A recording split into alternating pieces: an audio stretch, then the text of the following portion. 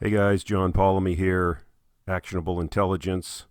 Today's Saturday, June 8th, 2019, and this is the weekly market update.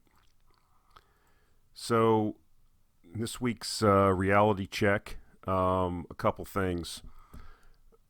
We are seeing some weak economic data, which is now leading many economists and market forecasters to predict that the Federal Reserve will be cutting rates over the next 3 to 6 months or into the rest of the year. We are, in fact, seeing weakening manufacturing data, and last week's job report was extremely weak. There was still added jobs, but was a lot less than forecasted. I don't typically get into prognosticating the economy. I think that's a mug's game. What I think is significant, though, is if we are getting into a rate cutting cycle, that means that the economy is weakening, and this could be very good for commodities and for gold. And I will explain why. First of all, what I'd like to say is, the economic recovery or expansion, whatever you'd like to call it, these things don't typically just die of old age. They can theoretically and conceivably go on forever. What typically happens is the economy grows to a sufficient size where constraints begin to emerge, such as lack of labor, which we're seeing. We have a decades low unemployment rate. We're basically hiring, illiterates and prisoners or convicts at this point, or, convicted felons. There's just not a lot of labor out there. I'm trying to hire for some positions in some of the work that I do, and I'm just not seeing a lot of quality candidates. The other thing that you begin to see a lot in economic expansions that helps to kill them is resource constraints on whether it's trucking, commodities, factory availability, these type of things. And what happens is then prices begin to rise, inflation begins to creep into the economy, and the Federal Reserve typically starts raising interest rates to fend off this inflation, and that's what usually kills the economic expansion. High energy prices or policy mistakes. We have this ongoing trade situation with China that I think is acting to dampen animal spirits. I don't really think it's really that big of a deal for the United States, but it is for China. And China now being the second largest economy in the world, it definitely affects them. So I don't like to get into, there's too many plates in the air to try to predict what the economy is going to do. All I can tell you is that the market is saying that the chances for rate cuts are getting higher and higher. Maybe this is just a temporary lull in the economy and it comes back in the second half. I don't really know. What I will say is that several indicators that I look at tell me a couple things. First of all, gold has been rallying lately, which means that you got to remember markets are forward looking. They're always looking to the future. So they're starting to incorporate some of that, those views about a less or an easier monetary policy, if you will. So I think gold's getting ahead of that. I think the dollar is beginning to weaken now because of that. If we start cutting interest rates, that will close the gap between interest rates in Europe and Japan. Those are already low, and that could lead to a weakening dollar, which is emerging markets positive and commodity positive. One of the things I am watching about the economy, and I've said this in previous videos, is the fact that I think one of the catalysts for the next financial crisis that we do have, one of the main catalysts will be the corporate bond market, the high yield market in particular. A lot of companies have issued a lot of high yielding junk bonds. It's been estimated that 30 to 40% of the companies out there are basically just zombie companies that can barely even just pay the interest on their debt. We've seen, over $350 billion in high yield debt in the shale industry. These are just examples. So if we do have an economic downturn and it crimps company cash flows, I think we would see a definite deterioration in the corporate bond market. As a matter of fact, I intend to trade it on the downside when this next recession does come, which I think is inevitable. And then I think there'll be tremendous once-in-a-generation bargains at the bottom, but that could be several years out. And but that's one of the main things I track. That's one of the first things you'll see roll over, I believe, when the economy actually does begin to weaken, is as the market starts sensing that there's risk to company cash flows due to an impending recession. You will see the high yield market start to roll over in anticipation of that. And we're just not seeing that yet. Here's a chart of gold. You can see going back a couple years, still in a trading range, rallying off the bottom from late last year, and in the last several weeks, really rallying pretty hard from about the 1280 level to, close to 1350. I don't think this is a breakout yet. People know my views on gold. I believe it should be held as insurance, and I do like the several of the gold royalty companies as in long-term investments and speculations in a gold bull market, which I believe we will see during the next financial crisis. So here's a chart of the, going back a couple years, it's the high yield corporate bond ETF, and you can see this thing's, going from the lower left to the upper right. It's in an uptrend, and you can see late last year when there was a view that when rates were being raised by the Federal Reserve, and you saw the shift by Powell saying that they were going to stop raising rates. You see how fast the high yield market came back. I was looking at that, but it did as a breakdown, but it didn't break down all the way, and we've went on to make increasingly higher highs. This is what you see in a bubble everything economy. People are reaching for yield. Pension funds, insurance companies, private investors, whoever, are looking for higher returns, and that's what they're doing. They're going further out of the risk curve into these junk bonds, and that's why you're seeing this new highs being made. The money is flowing into these markets. I don't think people really understand the bond market, how it works, and what a trap door they're standing on with a noose around their neck.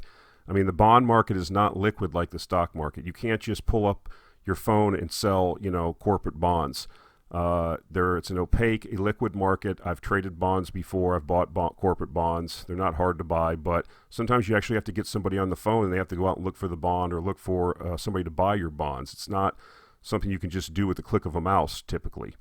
So I think that once the economy does roll over, if and when it does, this is going to be one of the first areas we're going to see a lot of the danger, a lot of the pain. And you can see just in the last week on the far right, look at that huge jump in volume and in price that you saw just based on the fact that we had the low employment numbers, which is starting to make people think that the Federal Reserve is going to lower rates and stop their quantitative tightening program. This would obviously be bond positive, and that's why you're seeing an increase in price. I don't necessarily agree with it. Like I said, that's like sitting on a bunch of kegs of dynamite with a fuse lit, and you don't really know how long the fuse is. At some point, this is going to be very painful. It's going to be an excellent trade on the downside. I don't think that time is yet, though. I would say, like I said, though, at the depths of the last recession, you could buy decent bonds of companies that had sufficient cash flow to survive at 20 to 30% yields to maturity. And I think we're going to see that again in the next couple of years, or maybe sooner. So I found this chart when I was perusing uranium news for this week. I'm still bullish on uranium. I don't get into the daily. You can get on Twitter. There's a lot of guys in there that follow it daily. I like to peruse what they're putting on. I don't think it's necessary for me to get on here week after week and tell go over my thesis about what I think about uranium.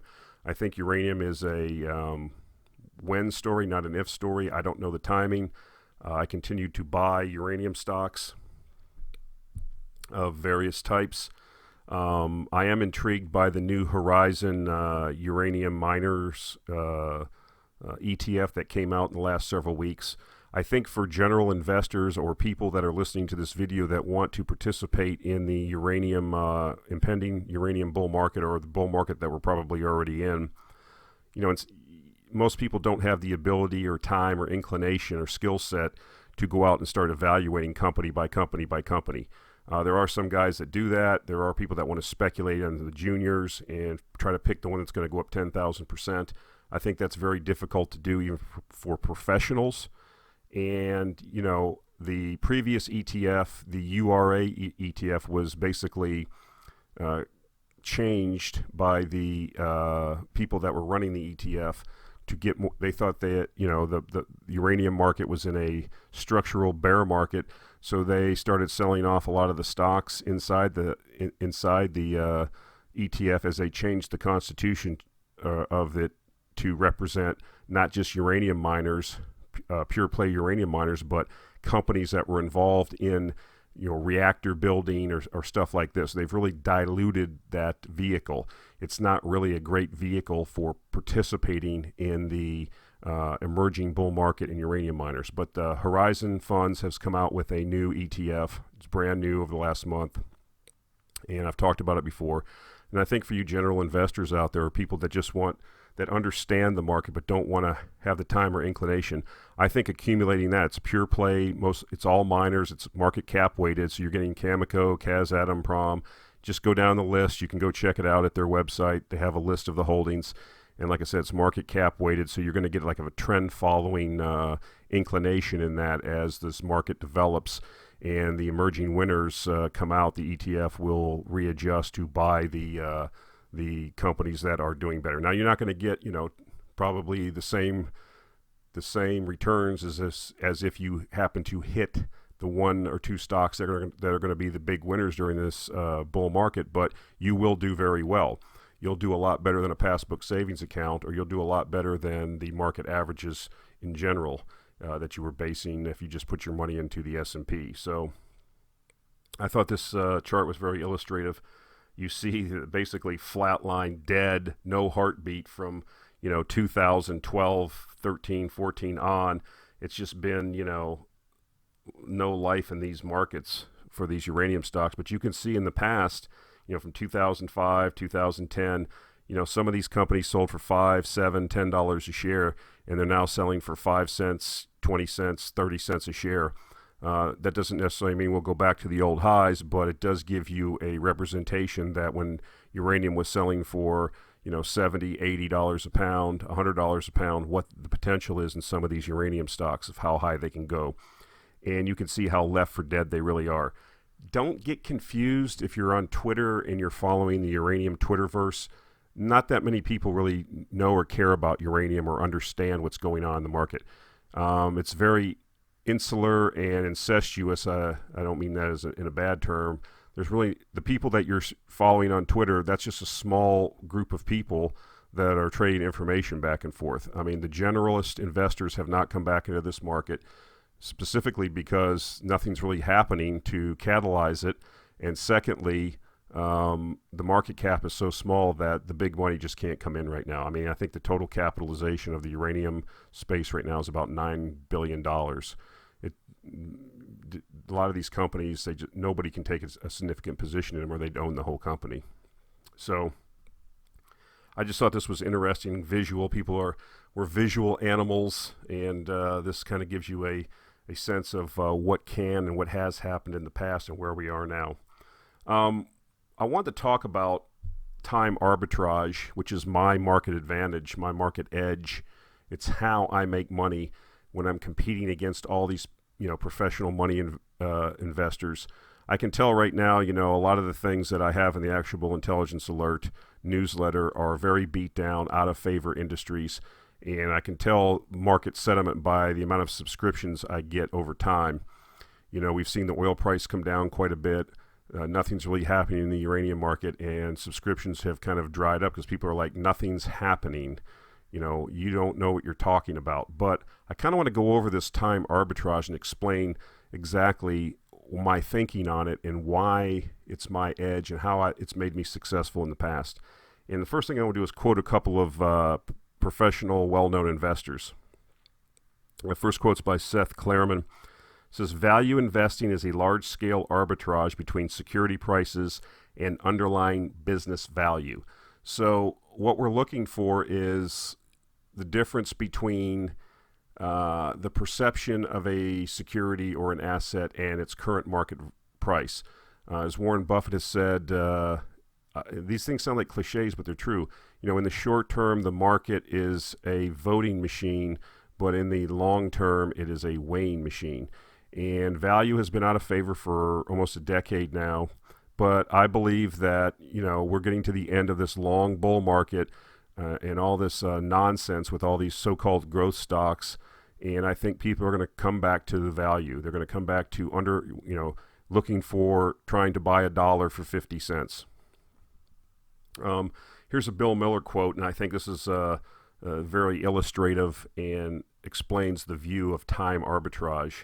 It says, time arbitrage just means exploiting the fact that most investors, institutional, mutual funds or hedge funds, and I throw individual investors in there especially, tend to have a very short-term horizon, have rapid turnover, or are trying to exploit very short-term anomalies. So the market looks extremely efficient in the short run. And that's exactly true. Let's look at uranium. Right now, the uranium price is, $25 a pound spot. Nothing's really happening. There's just a lot of speculation about what could happen. So in the short term, when you just look at this, if you're an institution that has oversight, you have a chief investment officer or a board of directors, or you're reporting to a pension board, and you're buying uranium stocks, they're going to fire you because you're just like, what are you doing? Nothing's happening here. And you have all of these, why aren't you buying Facebook, Google, and, Apple, stocks like this? Why aren't you in the Beyond Meat IPO, where the action is? Why are you buying uranium stocks? Short term, always, as long in the market with institutional investors, is always going to be the norm. So the market looks extremely efficient in the short run. In an environment with massive short-term data overload and with people concerned about minute-to-minute performance, the inefficiencies are likely to be looking out beyond, say, 12 months. And that's exactly right. That's what we're trying to do here. We are trying to look at a situation in a longer span of time of what could happen. And that's a talent. That is a skill set. A lot of people can't do that. They're not able to do that. Just like most people can't hit major league pitching. It's just the way it is. And those skill sets are rewarded. Here's a quote by a guy named William Brown. The longer you can extend your time horizon, the less competitive the game becomes, because most of the world is engaged over a very short time frame. So you're starting to see a pattern here. We see this all the time. You can go on CNBC, Bloomberg, BNN, any of these channels, and if the market is up 200 points or the Dow's up 200 points or down 500 points, they're going to spend 4 or 5 hours explaining to you why it was down 500 points that day. This is all statistical noise. It doesn't mean anything day to day.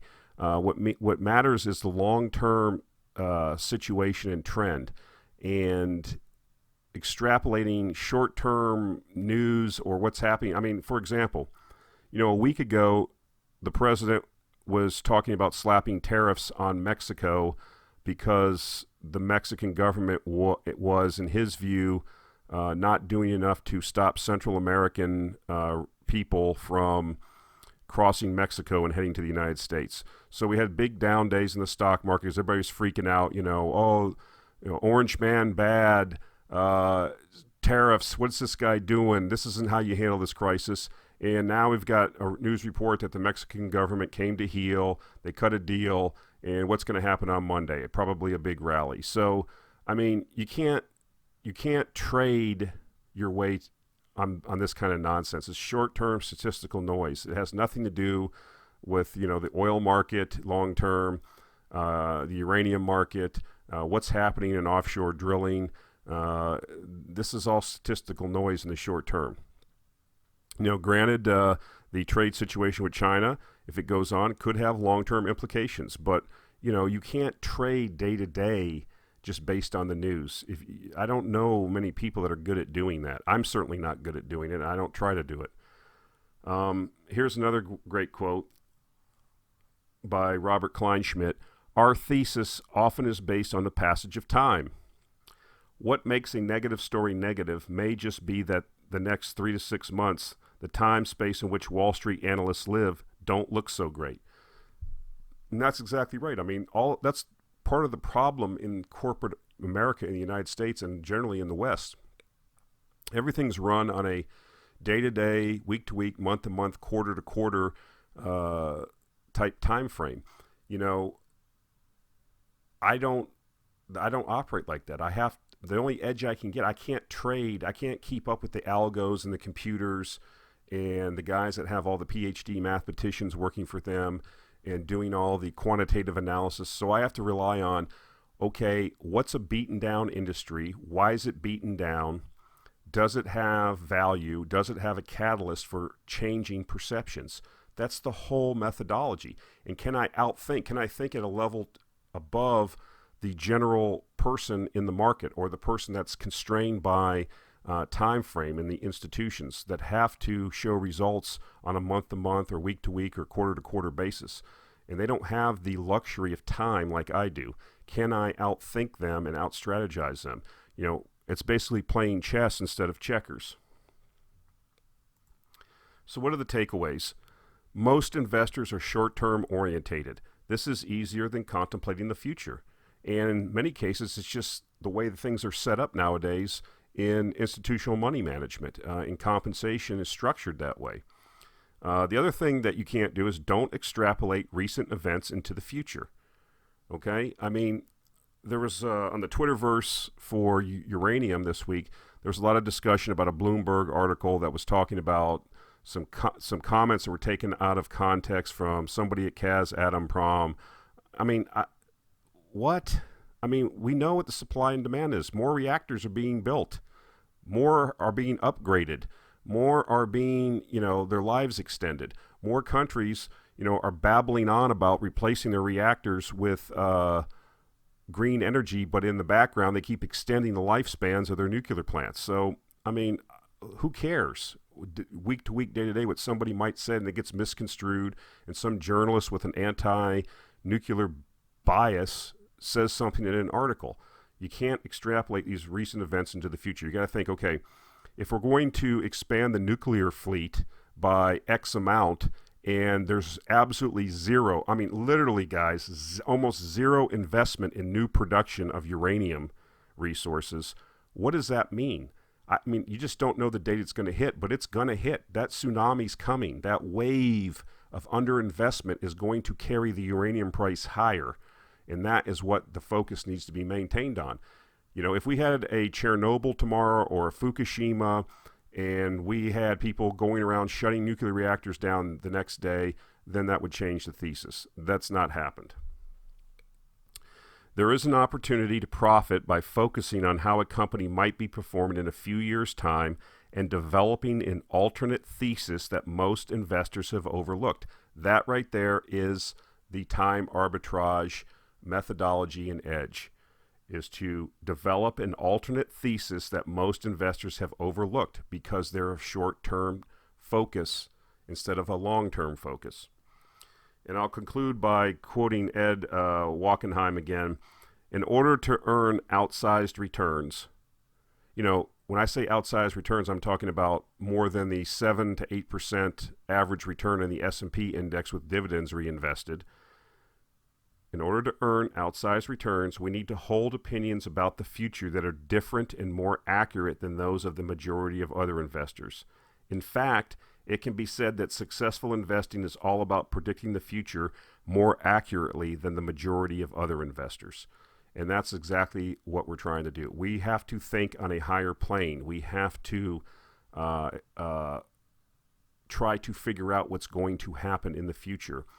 If you try to trade these things on a 3 to 6 month time frame, if you try to think only short term, I can guarantee you your results will probably disappoint.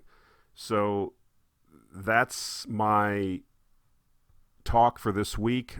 Time arbitrage, I would consider, if you look at a lot of the serious value investors or serious investors, that's basically what they're trying to do. I hope this was helpful to you. This is basically my methodology.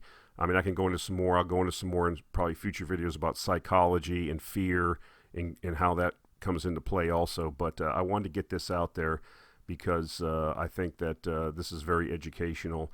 And I think that if you look at it from this time perspective and using time arbitrage, that's going to give you your true edge. So that's it for this week, guys. Appreciate the support. I know the summer's coming. Things are slowing down. People are going on vacation. I will continue to put videos out. I hope that you are getting some value from these. Continue to hit me up in the comments. Follow me if you will. It doesn't cost you anything. And if you are interested in how we translate these discussions into actionable speculations, then consider a subscription to the Actionable Intelligence newsletter, $79 a year, 12 issues, and you get access to all back issues. So that's it for this week, guys. Thanks for the support, and we'll talk to you next week.